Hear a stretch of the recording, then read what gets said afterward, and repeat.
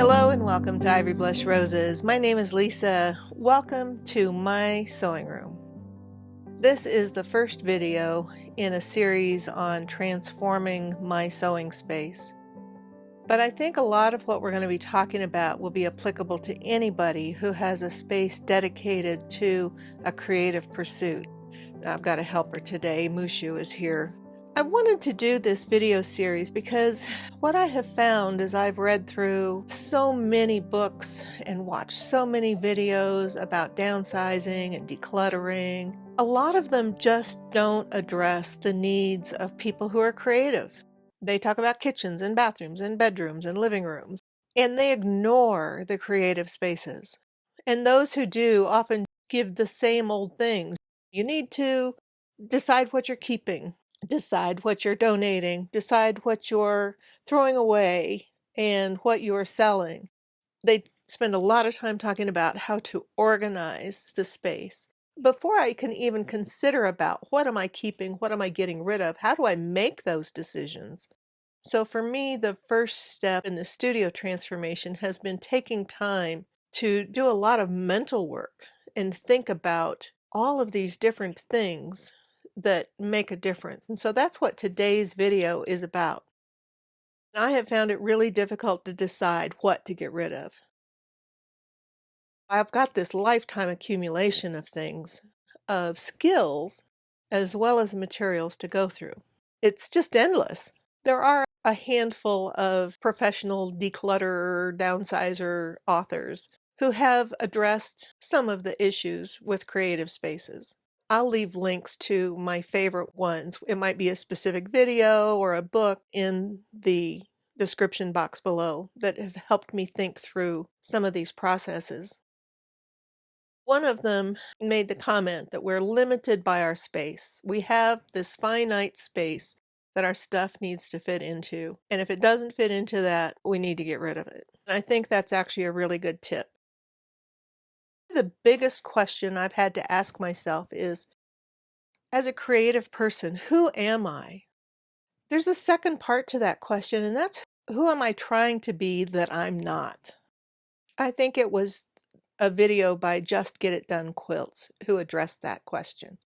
I walked into my sewing room and I looked at my stuff and I realized that while I have been telling people I'm a quilter for years, and yes, I've made several quilts over the years, I am not a quilter.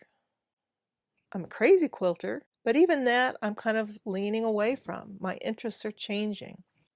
And knowing that I'm not a quilter, that changes the materials that I need to keep. I don't need vast quantities of yardage of fabric to make queen-size quilts for a bed because they're just not going to happen. I can't tell you how much fabric that I've bought for the purpose of, oh, look at how these go together. I'd like to make this project. And it just sits there because I hate cutting and piecing. I enjoy English paper piecing. I enjoy the faux paper piecing, but it's all hand stitching. And so I realized I'm really a hand stitcher. I'm an embroiderer, and I enjoy crazy quilting. And I enjoy teaching crazy quilting. The next question I had to ask myself is, what do I want to be creating?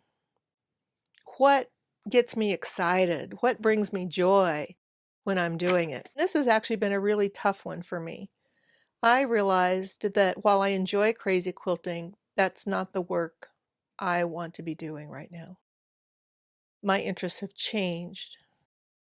Again, I think that was Just Get It Done Quilts who said, forgive yourself because our tastes change, our interests change, and that's okay.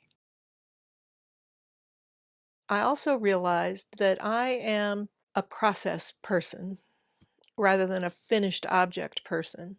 What thrills me about creating is the process, the journey that it takes from having that idea, that spark that then manifests itself into something physical that I can work on and watch it grow.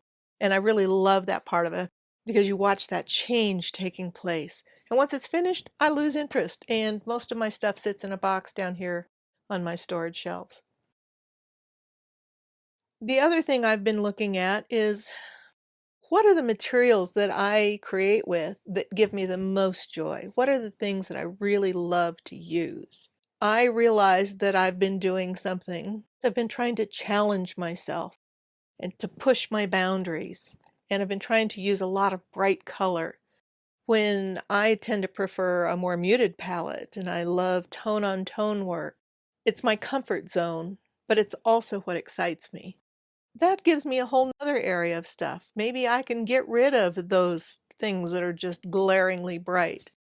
In 2015, I was part of the Crazy Quilt Journal project, and the goal was that you made a crazy quilt block every month, and then you put them together at the end to make a quilt or a wall hanging. And I did this really bright pink and yellow and orange crazy quilt. Truthfully, it's probably the best work that I've ever done. But when I had it hanging on the wall in this room, it kept me from being in my room. So it literally sits folded up most of the time. When I teach, I often will take it and use it as an example. I'll take it when I give lectures and show it and share it. But it's so busy that it's just such a vast contrast with the rest of my home that it makes me uncomfortable. That tells me something, that those bright colors are probably things that I can get rid of. I'm not sure that I'll miss them at all. I think it's time to focus on what I love doing. Now, part of that comes from getting towards the end of my life. I'm 68, and I don't have decades left in front of me, functional decades. My parents both died when they were 80 years old. At 68, I have to start thinking, how many years do I have left? 12, if I've managed to live as long as my parents? That's not a lot of time. And I want to make the most of the time. Now, if it's longer than that, praise God. But I want to make the most of my time. And I want to spend these last years working on things that I love. Part of it is thinking about the legacy that I want to leave.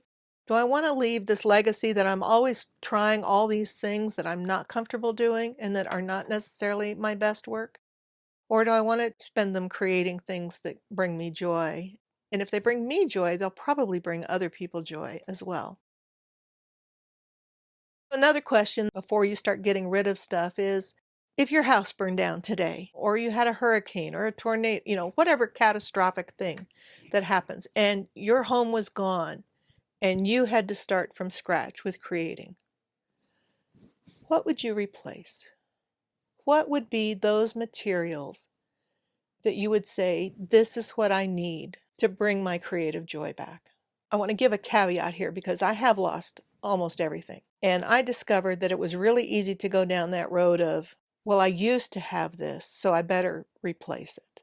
And then that stuff I have since mostly decluttered because it wasn't stuff I needed or wanted. My needs had changed. So as a crafter, I think that's really important to acknowledge. Our needs change. We grow, we change. Our interests change, our focus changes. What we want to do changes. Those are some of those deep questions that I need to work through. There are a lot more. I'm just touching kind of on what I need to do before I touch anything.